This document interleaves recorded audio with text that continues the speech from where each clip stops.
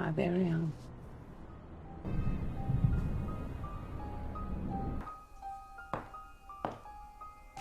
हर कोई वैसा नहीं होता है जैसा कि हमको दिखता है, और हर आदमी के अंदर बहुत सारे राज छुपे होते हैं। अगर हम किसी के छलावे में फंस जाए तो वहां से निकलना बहुत मुश्किल होगा।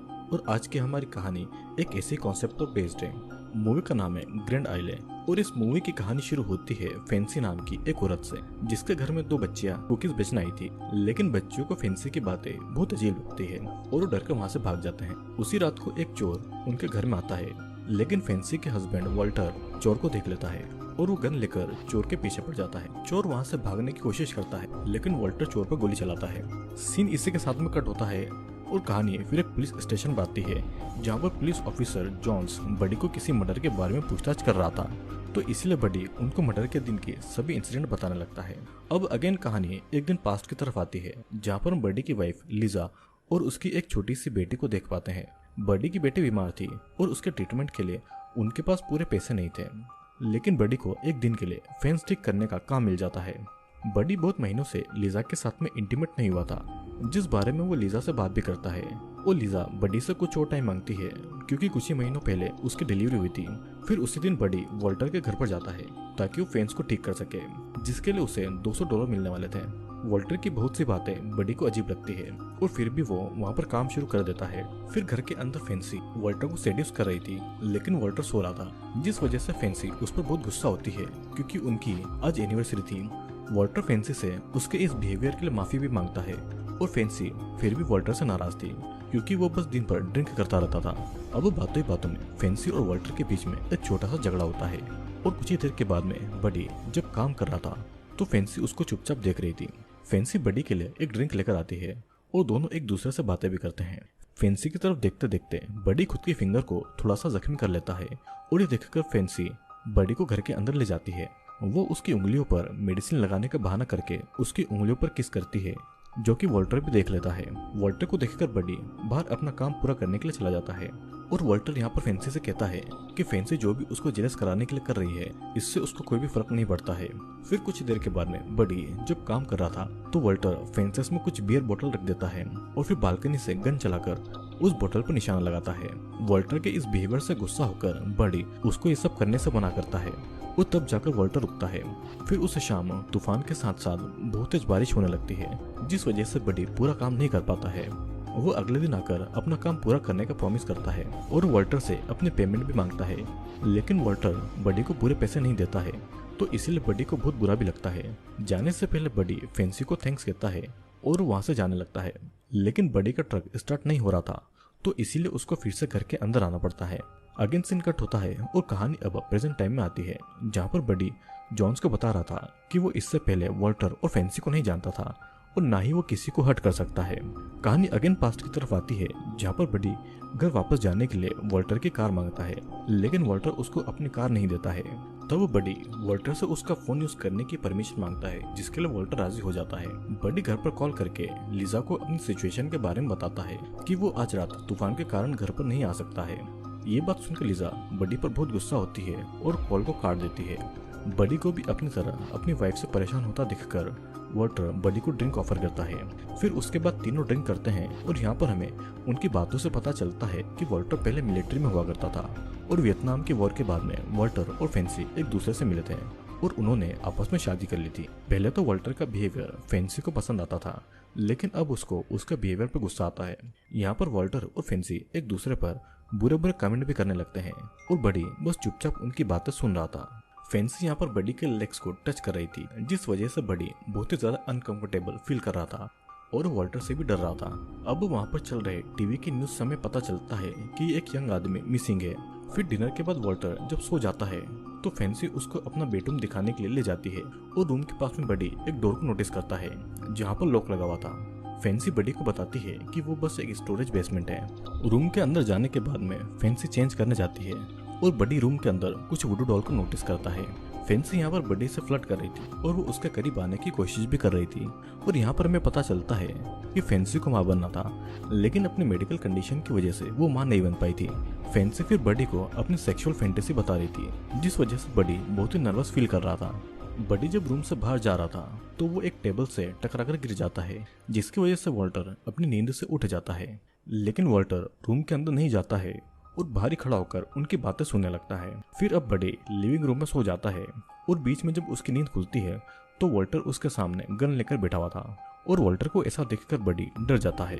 लेकिन वॉल्टर उसके साथ ड्रिंक करने के लिए बडी को इनवाइट कर रहा था और ड्रिंक करके दोनों एक दूसरे से बातें करने लगते हैं। हमें यहाँ पर यह भी पता चलता है कि वॉल्टर की तरह बडी भी मिलिट्री में था और एक बार वॉर में उसकी वजह से उसके एक साथी की जान चली गई थी, जिसके लिए बडी खुद को जिम्मेदार मानता था और उसके बाद बडी ने अपनी मिलिट्री की जॉब छोड़ दी थी। वॉल्टर यहाँ पर बडी को बताता है कि उनका मिलना एक डेस्टिनी है और वॉल्टर बडी को $20,000 से भरा हुआ एक बैग देकर फेंसी को मारने को कहता है, क्योंकि फेंसी को कैंसर था और वॉल्टर फेंसी को दर्द में नहीं देख पा रहा था।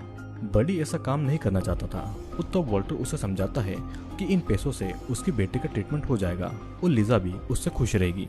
तब जाकर वॉल्टर फेंसी को मारने के लिए राजी हो जाता है और वॉल्टर बडी को एक साइनाइड की बोतल देता है फेंसी को मारने के लिए।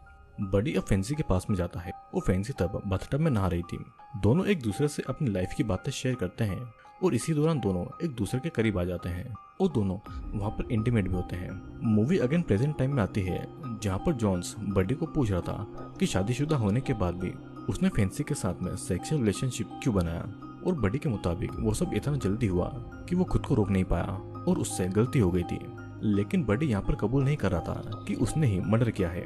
कहानी अगेन पास्ट की तरफ आती है, जहाँ पर फेंसी को बडी के कपड़ों में से साइनाइड की बोतल मिलती है और तब बडी को मजबूरी में बताना पड़ता है कि फेंसी को कैंसर है और इसीलिए वॉल्टर उसे मारना चाहता है।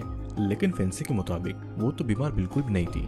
फेंसी अब वॉल्टर के पास जाती है और वो उससे पहले तो प्यार से बातें करती है और जब वॉल्टर का ध्यान नहीं था तब फेंसी उसके हाथ में एक चाकू घुसा देती है। वॉल्टर फेंसी को थप्पड़ मारता है, जिसके बाद फेंसी बेहोश हो जाती है और बडी को गन दिखाकर वो उसका अधूरा काम पूरा करने को कहता है।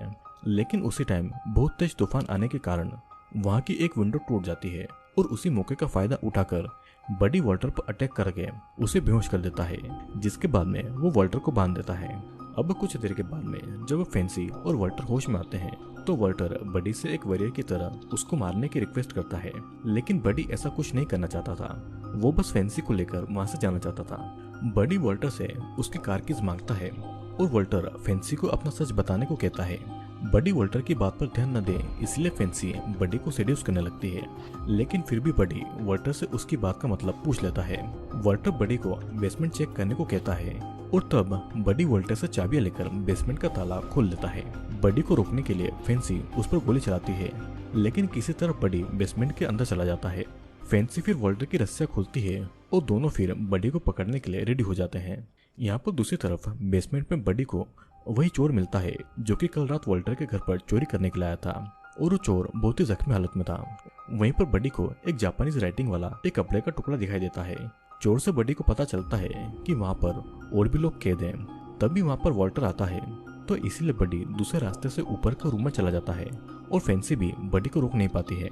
एटिक में जाकर बडी वॉल्टर की दूसरी गन लोड करता है और वॉल्टर के वहां आते ही बडी उस पर गोले चलाता है, लेकिन उसकी गोलियां खत्म हो जाती हैं। फिर इसके बाद दोनों के बीच में फाइट शुरू हो जाती है और तभी तूफान के कारण एक विंडो का ग्लास टूटकर वॉल्टर की बॉडी में घुस जाता है और मौके का फायदा उठाकर बडी वॉल्टर को नीचे फ्लोर पर गिरा देता है। लेकिन फिर भी बडी वहां से भाग नहीं पाता है, क्योंकि फेंसी उसके सर पर वार करके उसके बेहोश कर देती है।